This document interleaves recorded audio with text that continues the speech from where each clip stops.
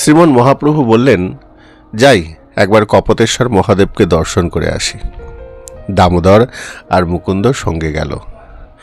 নদীর তীরে নিত্যানন্দ প্রভু আর জগদানন্দ অপেক্ষা করতে লাগল। জগদানন্দের হাতে শ্রীমন মহাপ্রভুর সেই দণ্ডটা রয়েছে, সেই গৌরাঙ্গ মহাপ্রভুর দণ্ডবাহক। কিন্তু প্রভু এতক্ষণও ফিরছেন না কেন? জগদানন্দ অধীর হয়ে উঠল। এক কাজ করো নিতাইচাঁদ, তুমি এই দণ্ডটা ধরো, আমি একবার দেখে আসি কেন প্রভুর এত দেরি হচ্ছে। নিত্যানন্দ প্রভু একটু মৃদু হেসে বললেন, গৌরসুন্দরের দণ্ডের কি প্রয়োজন? সন্ন্যাসীরা দণ্ড নেয়, আসক্তিকে শাসন করবার জন্যই তো দণ্ড।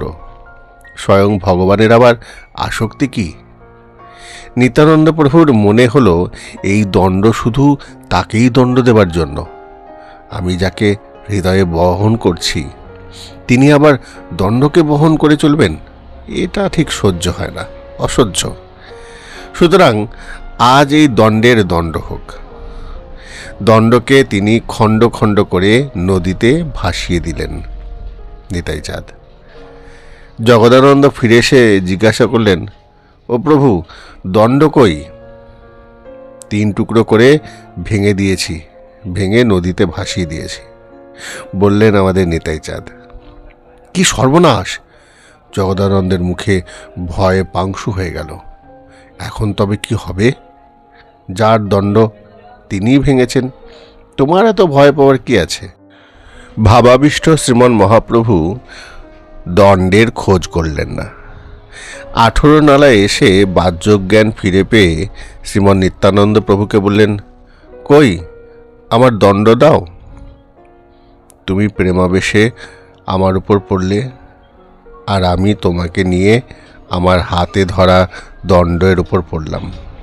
দুজনের ভারে দণ্ড ভেঙে গেছে, ভেঙে 2 টুকরো 3 টুকরো হয়ে গেছে। তারপর টুকরোগুলো কোথায় গেল, কোথায় পড়ল কিছুই জানি না।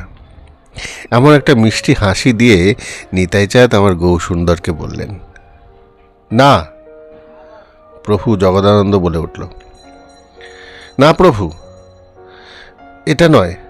অবধূত গোসাই নিজের হাতে দণ্ড ভেঙে ভার্গী নদীতে ভাসিয়ে দিয়েছে, জানো প্রভু। নিতাইচাঁদ অমনি বলে উঠলে, দিয়েছি তো, বেশ করেছি, বেশ করেছি, ভেঙেছি, ভাসিয়েও দিয়েছি।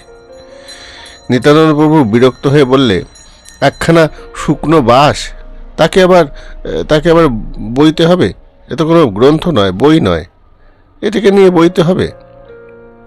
শ্রীমন মহাপ্রভু একটা কৃত্রিম প্রকোপ প্রকাশ করে বললেন, শুকনো বাঁশ?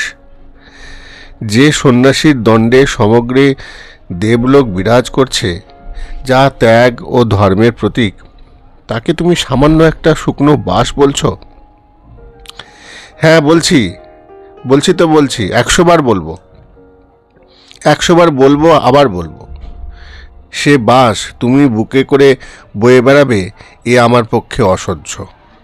নিতাইচাঁদ বললেন, চোখটা একটু বড় বড় করে। নিত্যানন্দ মাথা পাতল। আচ্ছা বেশ, দণ্ড ভাঙার জন্য যদি কোনো দণ্ড দিতে হয় তাহলে দাও, আমি তোমার দণ্ড মাথা পেতে নেব।